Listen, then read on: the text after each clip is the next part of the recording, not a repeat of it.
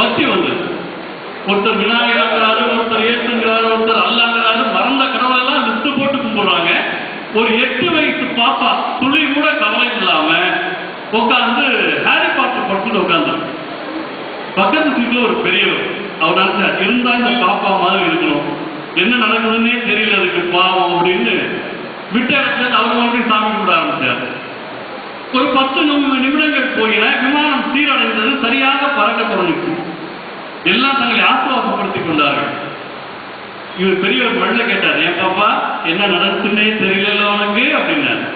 குழந்தை சொல்லிட்டு, தெரியுமே அங்கிள், இந்த விமானம் ஆடுச்சு, விழுந்தோம், நீங்க எல்லாம் பயந்தீங்க, சாமி எல்லாம் கும்பிட்டீங்க, எனக்கு தெரியுமே. அவருக்கு ஆச்சரியம், நீ பயப்படவே இல்லையா? பாப்பா சொல்லிட்டு, நான் பயப்படவே இல்லை அங்கிள்.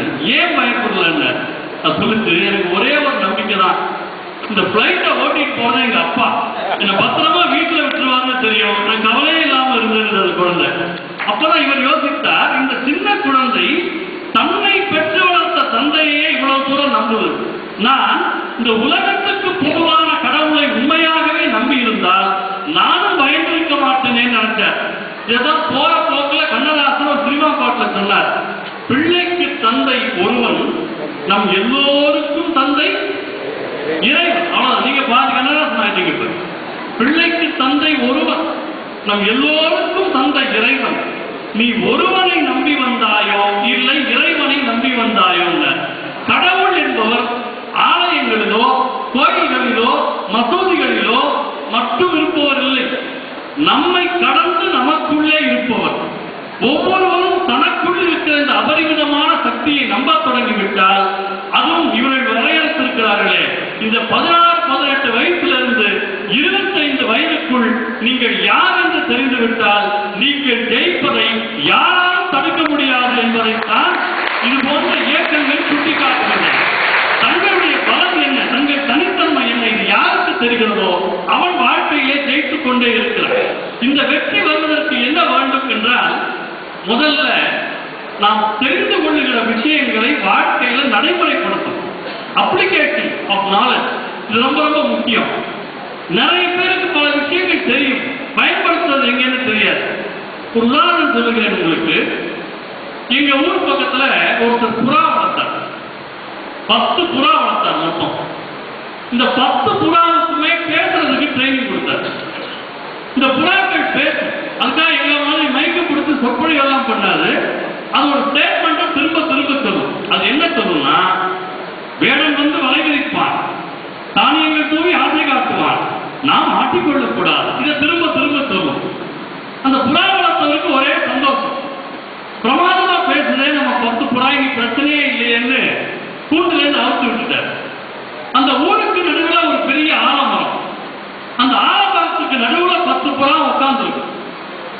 இந்த செய்தியை கேள்விப்பட்டு பக்கத்து ஊரில் இருந்து ஒரு வேடன் வருகிறான். அவன் தோளிலே ஒரு பெரிய வலை இருக்கிறது, மடி நிறைய தானியம் இருக்கிறது. தூரம் தொலைவில் அவன் வரதை பார்த்துட்டு இந்த 10 புறா சத்தம் போடுது. வேடன் வந்து வலை விரிப்பான், தானியங்கள் தூவி ஆசை காட்டுவான், நாம் மாற்றிக்கொள்ளக் கூடாது. அவனுக்கு அதிர்ச்சி, இந்த ஊர்ல புறா எல்லாம் பேசுது அப்படின்னு. இன்னும் 4 அடி எடுத்து வச்சான், 10 புறா கத்துது. வேடன் வந்து வலை விரிப்பான், தானியங்கள் தூவி ஆசை காட்டுவான், நாம் மாற்றிக்கொள்ளக் கூடாது. அவனுக்கு கோபம் இருக்கு. இந்த புறா ஒரு அபிநயம், இது நம்மளை கேள்வி கேட்டுதா, உனக்காச்சு எனக்காச்சு பார்த்துடலாம்னு பக்கத்துல வந்து வலையை விரிச்சான். அவன் வலையை விரிச்சு தானியத்தை எடுத்து தூணதும் 10 புறாவும் கத்துது. வேடன் வந்து வலை விரிப்பான், தானியங்கள் தூவி ஆசை காட்டுவான், நாம் மாட்டிக்கொள்ளக் கூடாதுன்னு 10 புறாவும் மேல பறக்குது. பறந்த 10 புறாவும் ஒன்றாக வலையிலே இறங்கி தானியங்களை கொத்தி கொத்தி தின்ன தொடங்கின. அவன் கயிற்றை இழுத்தான், 10 புறாக்களும் மாட்டிக்கொண்டன. தூக்கி தோல்ல போட்டுட்டு அவன் ஊருக்கு போனான். புறாக்கள் 10 வலைக்குள்ளே இருந்து சத்தம் போடுகின்றன. வேடன் வந்து வலை விரிப்பான், தானியங்கள் தூவி ஆசை காட்டுவான், நாம் மாற்றிக்கொள்ளக் கூடாது. இந்த வாசகத்தை இந்த புறா படிச்சதுல ஏதாவது பிரயோஜனம் இருக்கா? ஒன்றும் கிடையாது. நீங்கள் படித்த கல்வியை உங்கள் வாழ்க்கைக்குள் கொண்டு வராவிட்டால் நீங்களும் இந்த மனப்பாட புறாக்களை போல மாட்டிக்கொள்வீர்கள். மறந்து விடாதீர்கள். Education is for application. பயன்படுத்துவதற்காகத்தான் படிப்பு.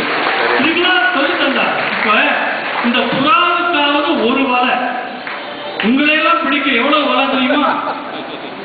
வெளியில போனா வண்ணத்திரை, வீட்டுக்குள்ள போனா சின்னத்திரை. இந்த வலையிலிருந்து தப்பிக்கிறதே ஒரு பெரிய விஷயம்.